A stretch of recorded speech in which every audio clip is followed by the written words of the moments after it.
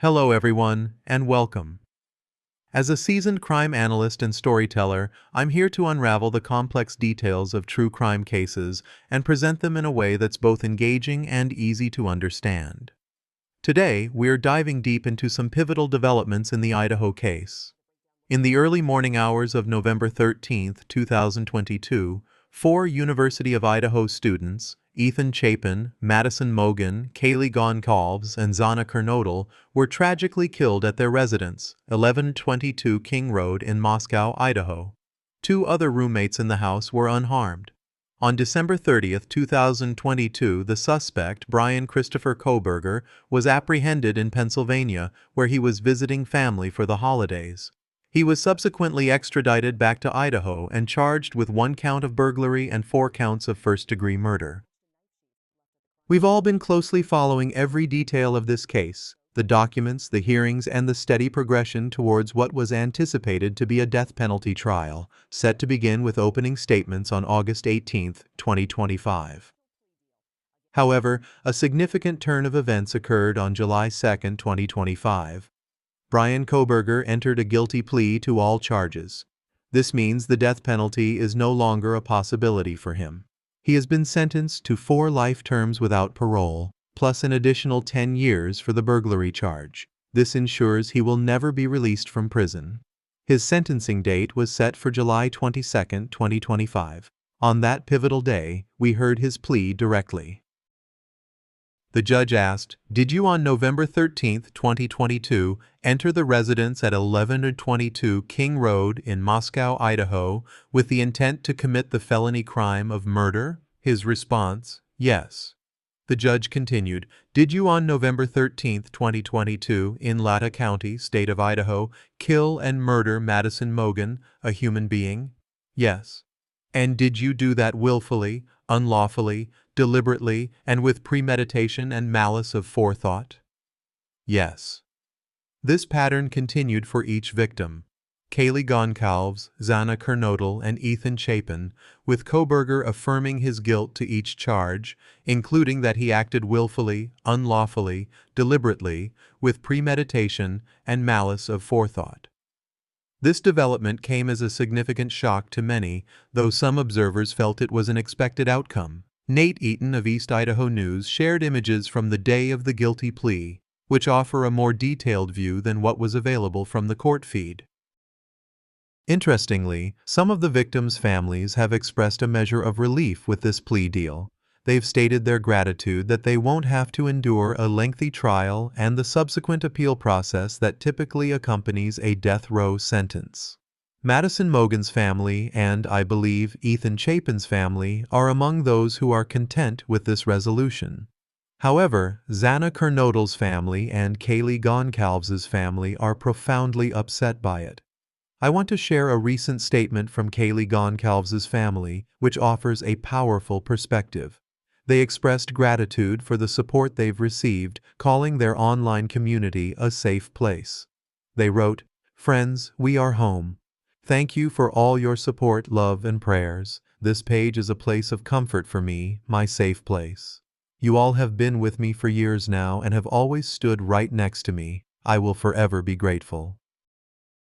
I'm sorry if you don't agree with our recent decisions on the plea deal. BK, Bryan Kohberger, literally is too afraid to die, but he wasn't afraid to kill. BK wanted a plea deal, and he was given one. Kaylee wasn't offered a plea deal. The state is showing BK mercy by removing the death penalty. BK did not show Kaylee any mercy.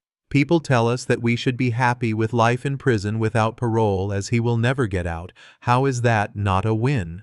They ask. Well, the death penalty also means life on death row. We knew it would be decades before he would ever face the firing squad. We knew that his execution was not going to happen anytime soon, but his life on death row while serving his time would have been much worse than serving his time as life in prison. He doesn't deserve life in prison.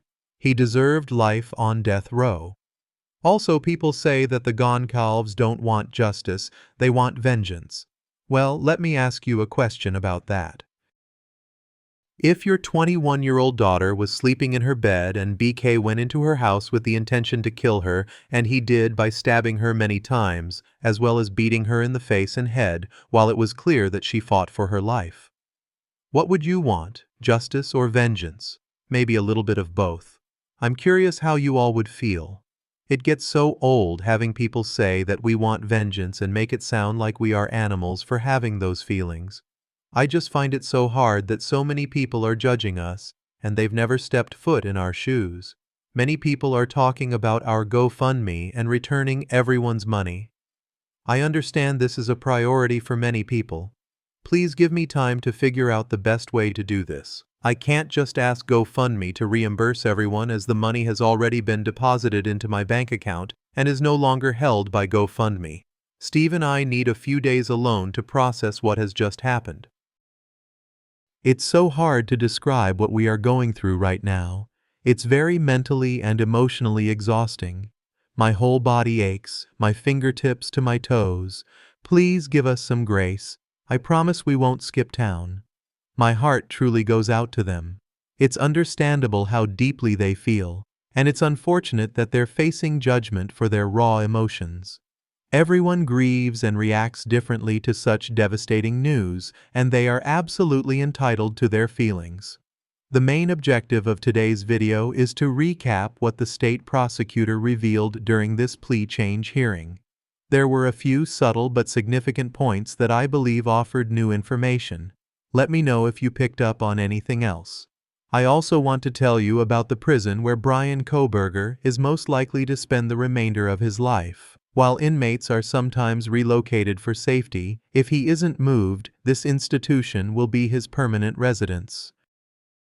He'll likely be segregated initially, but it's uncertain if he'll ever join the general population. If he does, it raises questions about the opportunities available to him, such as work or further education, which is a stark contrast to death row conditions. Prepare for this. Bryan Kohberger is set to be housed in one of America's most challenging correctional facilities. The media has reported it as a maximum security hellhole, marred by accusations of unsanitary conditions, violent guards, and a compromised ventilation system. This is the same prison where Chad Daybell is incarcerated. If you're unfamiliar with Chad Daybell or Lori Vallow Daybell, a quick search will reveal a complex and disturbing case, which I also have a playlist on. Notably, Chad Daybell is on death row, a fate Bryan Kohberger has now avoided by accepting his plea deal. This means Kohberger will be in the general population area. The Idaho Maximum Security Institution, IMSI, where Kohberger is expected to serve his sentence, opened in 1989.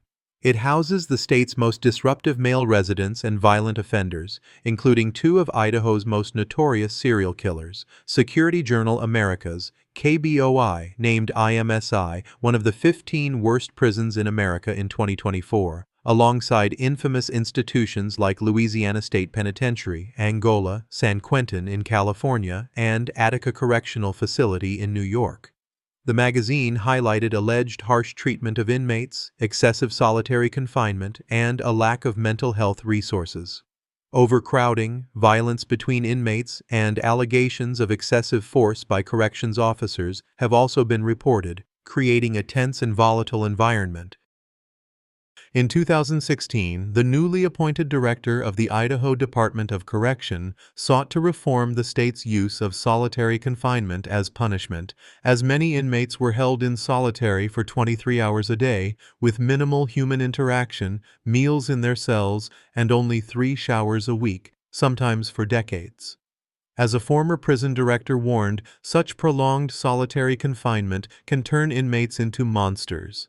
It's a sobering thought that 97% of these individuals will eventually re-enter society.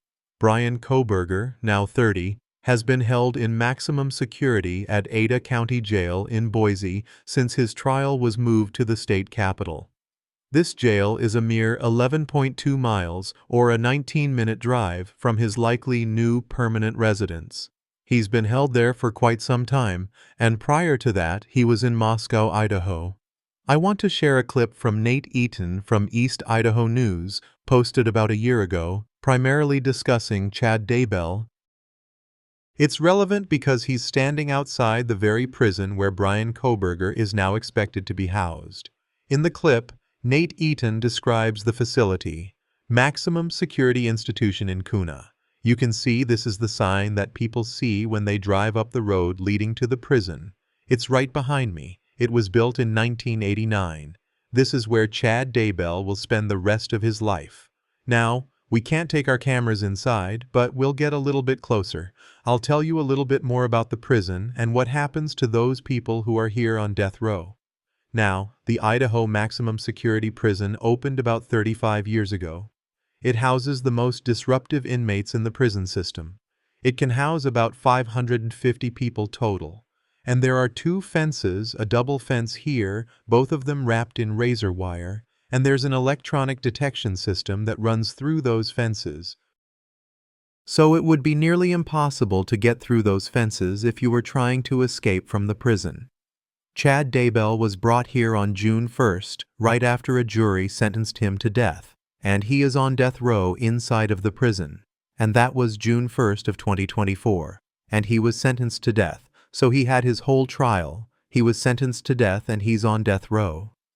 Kohberger could be in the same prison, but not on death row, where only about 9 people currently reside in a segregated area, spending 23 hours a day in their cells with no contact with other inmates, only an hour for exercise. This means Kohberger will likely have more opportunities and time in the recreation yard compared to those on death row. Another clip from 2016 offers a glimpse into the conditions within this prison. Hundreds of inmates at the Idaho Maximum Security Institution are locked in solitary confinement. Now, some of those inmates are on death row or they can't be trusted around other inmates and prison staff. Spend any amount of time here at the Idaho Maximum Security Institution and you'll quickly learn the phrase, maximum security is no understatement. About 500 of Idaho's high-risk inmates call this place home. Many of them are locked away in solitary confinement. This means they have little to no human interaction, eat in their cells, and only shower 3 times a week. I went into one of these cells to get an idea of what this life is like. And after only 4 minutes, I leave the cell, never wanting to go back. My few minutes alone provide a glimpse of what life is like here. Some inmates have lived this way for decades. Inmates in solitary confinement spend 23 hours a day in a cell, then get to come out here for rec, where they spend another hour in a cell. Something IDOC says they're trying to get away from. Idaho Department of Correction Director Kevin Kemp says while some inmates need to be in solitary confinement for safety reasons, for those who aren't a risk, locking them away is not productive. 97% of these guys are going to get out and walk into an Idaho community.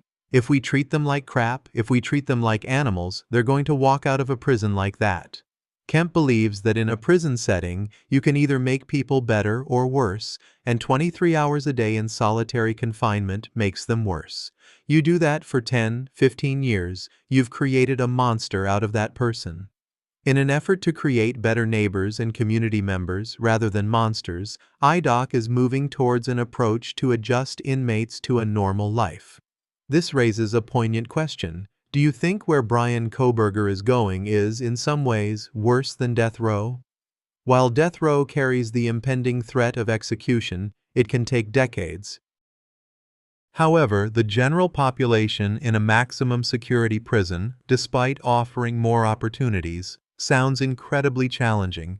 Perhaps he prefers this to continued segregation. I'm still surprised he took the plea deal. Are you? Finally, I want to highlight some new pieces of information the state prosecutor revealed during the plea hearing that I found particularly significant. The murder weapon. They stated they have never recovered the murder weapon, the KBR knife. While the sheath with Bryan Kohberger's DNA was found near Madison Mogen's body, the knife itself remains missing. Parking location. They believe Bryan Kohberger parked on the hill behind the house. We hadn't previously heard the exact parking spot, but now we know it was likely up on Ridge Road, connected to the King Road house by a path. Entry and movement within the house.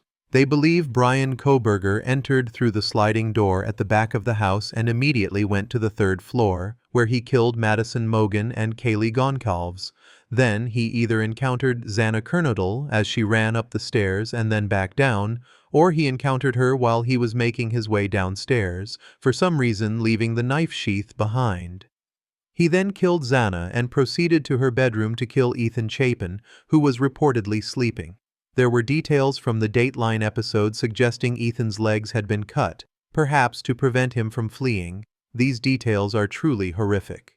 DNA evidence. They confirmed that the DNA used to connect him to the crime came from a Q-tip found in the trash pull in Pennsylvania, which contained the DNA of the suspect's father. They reiterated that the crime scene was meticulously clean. While I haven't seen official court transcripts, these details were gathered from listening to the court hearing. It was also stated that the prosecution doesn't believe Kohberger intended to kill 4 people when he entered the house, but that's what ultimately occurred. Online speculation suggests that Madison Mogen was likely his primary target. This theory is supported by the fact that Kaylee Goncalves wasn't typically at the house and was only there to show Madison her new Range Rover. Ethan Chapin also didn't usually sleep over, but was there with Xana.